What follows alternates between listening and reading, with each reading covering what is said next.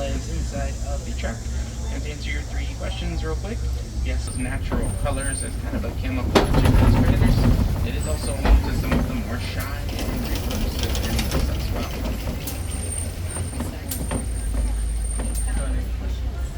Looks like she's being very shy over on the right hand side. There is an okapi way back by the bamboo there. You might see the white stripes over on the okapi's leg and think she's related to the zebra. Actually not. Okapis are the closest relatives of giraffe. Closer to us here, the bongo. Bongo are one of the many species of antelope found here on the reserve. Both male and female bongo. They both have horns. We can tell them apart from the color of their fur. These ones are all female with a vibrant red color fur. Males, they have a much darker brown fur. Now, bongos, they also have the nickname the ghost of the forest. That's because of how silently they're able to move through it. Those horns are going to be angled backwards like that so they don't get caught, tangled, or snagged on any of the brush here if they were to try to escape from a predator. As we're passing by this other bongo here, another antelope up on the hill to the right there. Kind of look like deer, but those are greater kudu. Unlike the bongo, only the male greater kudu are going to have horns. So those three there are also all female. And over on the left-hand side, there's a black rhino hanging out back by the rocks there. Black rhino is the smaller of the two species of rhino found here in Africa. Fully grown adult males can weigh up to 3,000 pounds. I know 3,000 pounds, that is considered small out here. Relatively speaking though, the white rhino, which you may see a little later on, they're a lot larger and they can weigh up to 5,000 pounds. The forest here pretty densely packed with the vegetation, so naturally most of the animals that call the forest their home, they're herbivores. It's like an all-you-can-eat buffet out here for them. It also does mean, unfortunately though, that deforestation is the biggest threat to them all. Definitely a reminder to recycle those paper cups. Over on the left-hand side, those two birds are saddle-billed stork, currently sitting, but when standing they're about 5 feet tall. Also have a wingspan of up to 9 feet, quite the wingspan. We are going to be heading out of the forest and into the Safi River. Now the Safi River is home to some of the more aquatic animals, like pink-back pelicans, hippos, and Nile crocodiles. We're going to be on the lookout for those three animals here in the river. We're also going to be driving right through the center of the river, so if we don't see something at first here on the right, we'll try again if we head on the left. Looks like definitely have some pink-back pelicans over on the island to the right there. And there is a hippo in the far right corner. They're just really hard to see under the water. We're going to move up a little farther, see if we can spot some more. But those pink-back pelicans over there, they also have a wingspan of about 9 feet, which is about the length of the venture on, but they're one of the smallest species of pelican. They don't chirp like other birds. They rattle their bills to communicate. That kind of sounds like banging two wooden spoons together. Looks like several more hippos over to the left there. So a group of hippo, that's called a bloat. Although it does look like they swim when they move along in the water, I promise they really don't. Hippos, they just kind of sink down to the bottom, walk along the floor of the river. They can also hold their breath for between 6 and 8 minutes. They can be underwater for quite a while. If you want to see what they look like underwater, definitely check out the Gorilla Falls Exploration Trail. They have a really awesome underwater viewing area of some more hippos there. Got some huge glass panels you can look through to see those hippos in action while they're under the water. Highly recommend checking that out at some point today.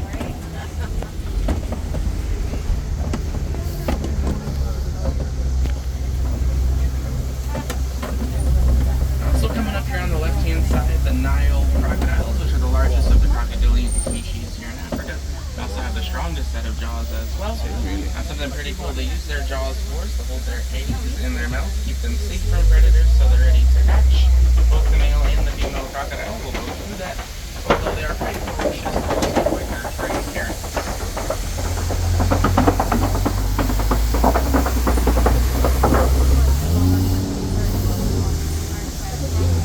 As we're continuing up the hill here, we're going to be heading towards the savannah, specifically the western part of the savannah first. Now the western savannah is home to some of the more well-known animals, like giraffe, zebra, elephants, just to name a few. There's always plenty to see out here on the savannah, so we're going to see what we can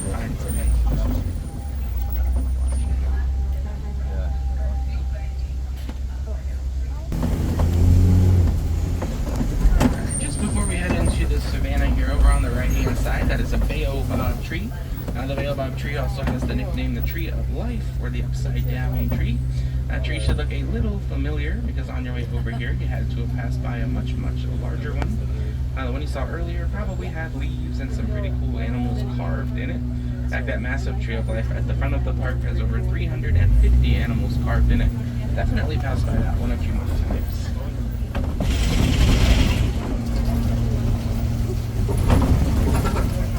So we're making our way down to the Savannah overlook here, and I spotted a few animals out and about, including the giraffe and the sable antelope. We're going to head on down the hill, see what we can find close to the truck. We are going to be making one big circle around the savannah though, so if you see the animals far away, chances are we're going to get a little closer as we keep on moving. Looks like the closest animal to us here, bottom of the hill on the right hand side, is going to be the springbok with the tan, white, and brown coloring. Springbok are one of the smallest species of antelope, but don't let the small size fool you. Actually in the top 10 fastest land animals that can run over 50 miles an hour. Now, if they were to jump while running at that top speed, they'd soar about 13 feet through the air, get over 6 foot off the ground. That's a behavior known as prunking. They're very athletic for their small size.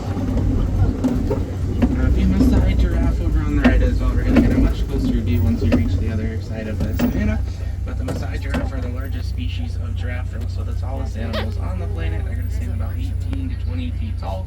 And a group of giraffe that's called a tower. And I find them very fitting.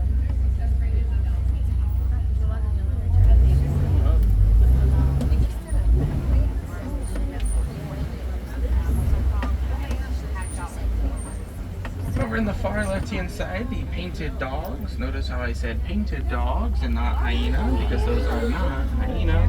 They do kind of look similar. They're actually not related at all. Now, painted dogs, they have the highest hunting success rate of any animal here in Africa. It's about 3 to 4 times out of a lion's at 98%. Now, they don't bark like your dogs at home. They yip to communicate. Usually, they're going to form packs between 5 and 15 dogs.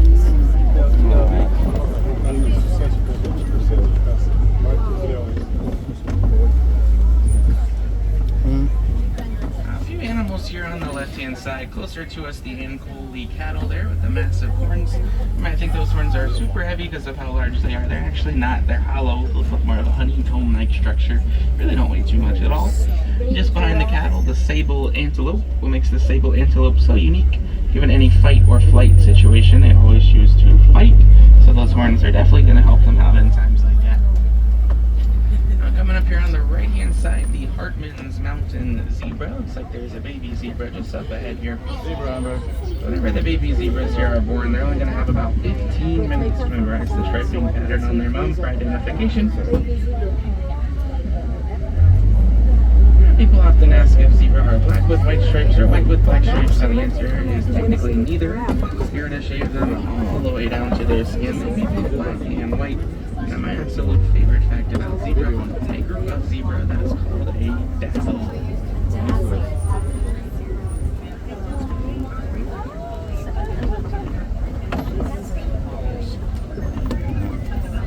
I gotta just make sure I'm remaining seated or we cannot stop for the animals. On the left-hand side, there's the Maasai giraffe once more, and I hope everyone got a good night's rest last night, because all the giraffes sure did. About 30 minutes of it. That's right, giraffe, they just sleep for about 30 minutes out of their entire day, but I promise you that's all they need. Those 30 minutes aren't necessarily consecutive either. They usually break that up in a series of 5 and 6 minute naps scattered throughout their day. They take those naps standing up with their eyes open. It's about darn near impossible to tell when giraffes are sleeping. Giraffes are known for those very long necks. Now you might think they have a ton of bone in those necks. They actually don't, just like you and I, just the 7 vertebrae. And it does take quite a bit of blood pressure to pump the blood through that long neck to reach their brain. Hearts are about the size of a basketball and weigh up to 25 pounds. Now laying down in the bush here on the right hand side, there are some wildebeest over there. So a group of wildebeest called a confusion. That's because whenever they are threatened by a predator, they all run in separate directions to confuse that predator.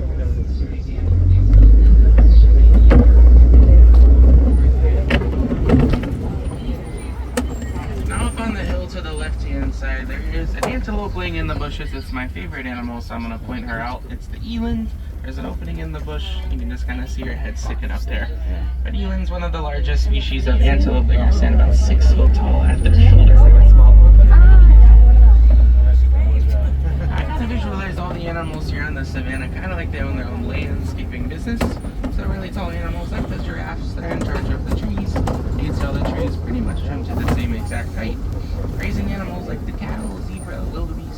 lawnmowers, so they're going to spend most of their day munching along on the grass.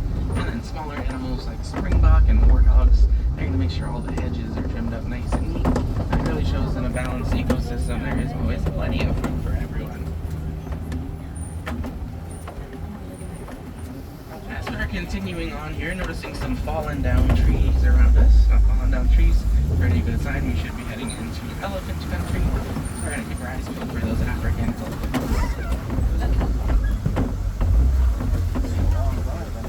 Looks like we're not going to have to look too far. There's going to be an elephant over on the right hand side. It's in a little awkward spot, so I'm going to slow roll by.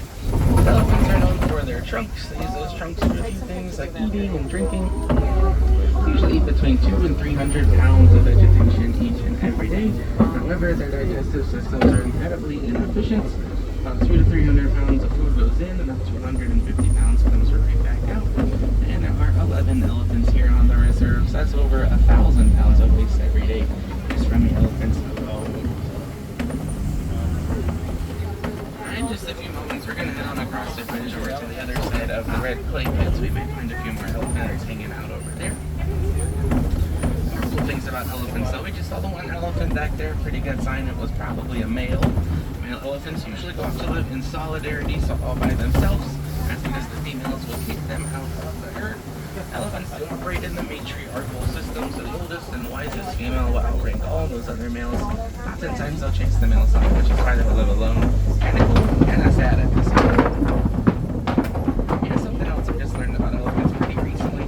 Just like you and I, they have a dominant side, since they can either be left or right-handed. Now, if you want to tell which side that's on, it's actually really simple. Just look at their tusk. Whichever tusk is shorter or more filed down, that one's found on their dominant side. Now, speaking of tusk, as we get through the clay pits, looks like there are some tusk marks over in the red clay on the right. Someone might have been digging at it there. Yeah, looks like there are a few more elephants off to the left here. They might be wondering, why would there be tusk marks back there in the clay? So the elephants are going to use those tusks, they're going to break off chunks of the clay, and they're going to eat it, which sounds really gross, but hear me out. That clay does contain tons of vitamins, nutrients, and minerals, which are all very essential to the elephant's diet. So by breaking off that clay and eating it, it's like they're taking their multivitamin.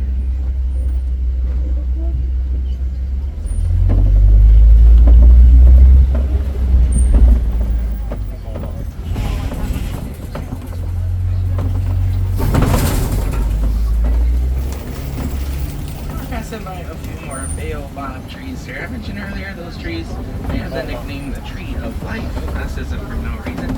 Those trees can store thousands of gallons of water in their roots, up to 10,000 gallons. And if there ever were to be a drought, all the gorgeous animals we've seen here on the savannah, they can puncture the roots to access the water. That really shows the circle of life.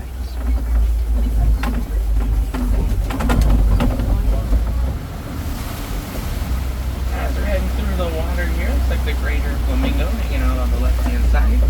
Greater flamingo are the largest species of flamingo, and a group of flamingo that's called a flamboyance. All flamingos, they aren't that pink when they're born. They have more of a grayish-white coloring to them.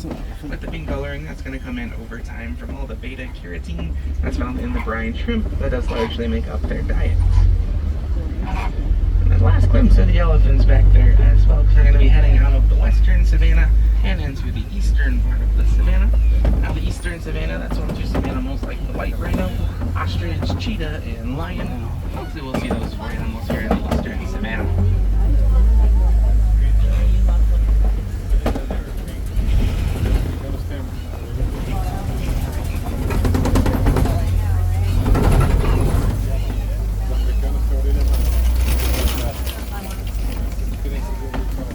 Looking like the white rhino is going to be the first ones we see over to the left there. We're going to get a little closer to them. Now, they're all kind of hanging out around the mud pit. So rhinos, they wallow around in the mud, poke themselves from head to toe. On a hot day like today, that mud's like a sunscreen for them. It keeps their sensitive skin nice and cool, protected from the sun. It's also a natural moisturizer for their skin as well. Now, white rhino, that comes from a misinterpretation of the German word white, meaning wide. So originally they were supposed to be known as wide rhino, and a group of rhino that is called a crash. They can crash into things if they're not careful. That's because they have very poor eyesight. Rhinos can only see about 15 to 20 feet in front of them. They definitely cannot see us right now, but they can sure hear us rolling on by. And then something that can see us incredibly good at camouflaging, there are some cheetahs up on the hill to the left there. Looks like at least 2 of them, they're laying right next to each other up at the top of the hill there. Cheetahs are the fastest land animals. They can run at top speeds of between 60 to 70 miles an hour. They reach that speed in about 3 seconds. Now to help them out, their claws are non-retractable, meaning they're always out. Those claws help them grip the ground just like things on they should. Looks like a few more cheetahs over here on the second hill. They'll be in the shade, and they might be a little easier to see, but far right corner, looks like a cheetah is laying up there on the hill. It's a group of cheetah that's called a coalition.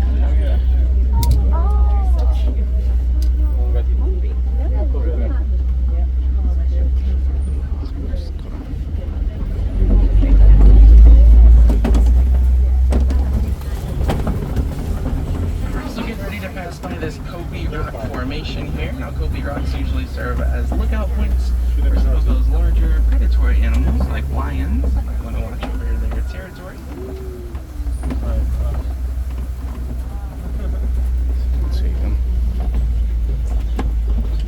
Looks like we are going to be in luck here. Male lion hanging out front and center on the rocks. So the male lion is known for his mane. That mane can weigh up to 40 pounds, but it does protect his neck area. And the female, she's sleeping on the rock right above him there. The female lioness, she does all the hunting while the male stays back to watch over the territory. You can see he's doing a great job right now. And lions are nocturnal. They spend about 20 hours of their day either sleeping or resting. At least they're over there sleeping. We can get a very good view today. Obviously, they're not doing it now. Whenever lions are roaring, you can hear that for about 6 miles away, meaning you'd very easily be able to hear it from the parking lot. I'm sure we all know that a group of lions is called a pride.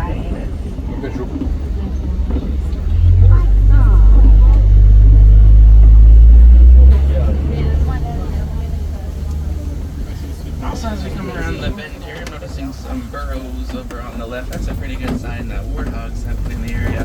Now, warthogs, if they're laying down, not moving, which they are right now, they look like fuzzy rocks. I'm going to try my best to point them out. Just behind the big tree sticking up in the center to the left of that tree, there's 3 warthogs all laying in a row there. I know we've all seen Disney's The Lion King and the warthog in that movie. His name is Pumbaa. Pumbaa actually translates to foolish in Swahili. I definitely would recommend it for seeing.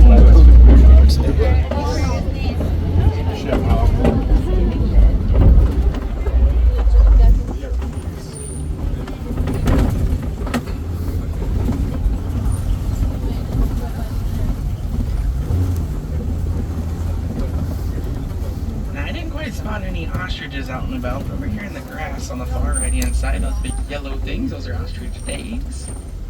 Ostriches are the largest species of bird, and they lay the largest eggs as well. Each one of those eggs is about the size of 2 dozen regular chicken eggs. They can weigh up to 3 pounds. Now those eggs there, they're not fertilized, they're not going to hatch. We know that because there isn't an ostrich nesting on them. But ostriches will lay unfertilized eggs like that as we work their territory.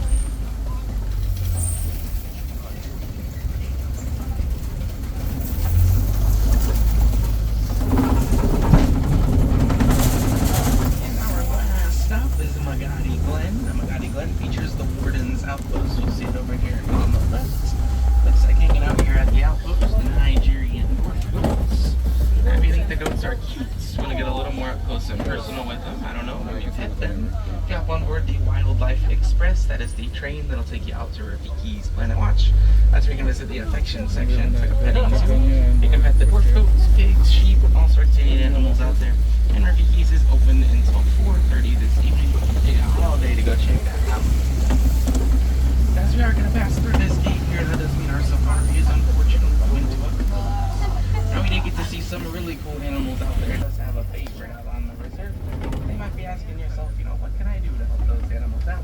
My first research, we're taking a break later today in the park. If you want to get back to your house or hotel room, just Google that favorite animal you saw out there today.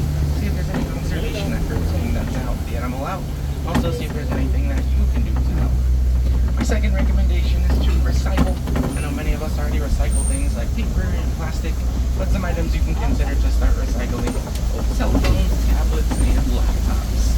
In those devices, specifically in the battery, there's a mineral called coltan. salt sand is heavily mined out here in Africa right now, so it is also completely reusable. So by recycling those old devices, we don't stop those destructive mining practices. And just before I forget here, if I have any wilderness explorers on board, wilderness explorers, you're on board the Simba 1, that's SIMBA like the lion, and the number 1. Now to get your safari badge, once you do exit, just head on